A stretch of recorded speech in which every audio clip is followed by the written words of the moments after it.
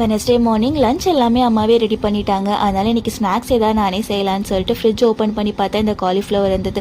சரி, இதை வச்சு காலிஃப்ளவர் 65 ரெடி பண்ணலான்னு சொல்லிட்டு நல்லா சுடு தண்ணியில் காலிஃப்ளவர் போட்டு கொஞ்சமாக உப்பு கொஞ்சம் மஞ்சத்தூள் சேர்த்து ஒரு 2 மினிட்ஸ்க்கு நல்லா குக் பண்ணிவிட்டு ஃபில்ட்ரு பண்ணி எடுத்துக்கோங்க.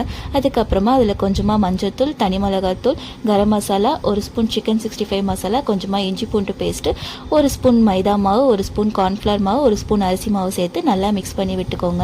ஒரு 20 மினிட்ஸ் ரெஸ்ட் கொடுத்துட்டு அதுக்கப்புறமா நல்லா சூடான எண்ணெயில் சிம்மில் போட்டு எடுத்து நம்ம காலிஃப்ளவர் ஃப்ரை சூப்பராக ரெடி ஆகணும்.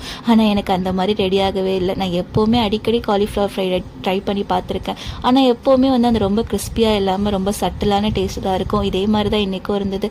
அப்படி பார்த்தா நிறைய வீடியோ ரெஃபரன்ஸ் பார்த்து தான் செஞ்சேன். ஆனாலுமே இது எனக்கு கரெக்டாக வரல. காலிஃப்ளவருக்கு அப்படி என்ன தான் என் மேலே கோவம்னு தெரில, சரியாகவே வர மாட்டேங்குது. இதில் ஏதாவது மிஸ் பண்ணியிருந்தேன்னா கமெண்ட்டில் ஷேர் பண்ணுங்கள். நெக்ஸ்ட் டைம் அதை கரெக்டாக பண்ணி வீடியோ போஸ்ட் பண்ணுறேன். தேங்க்யூ.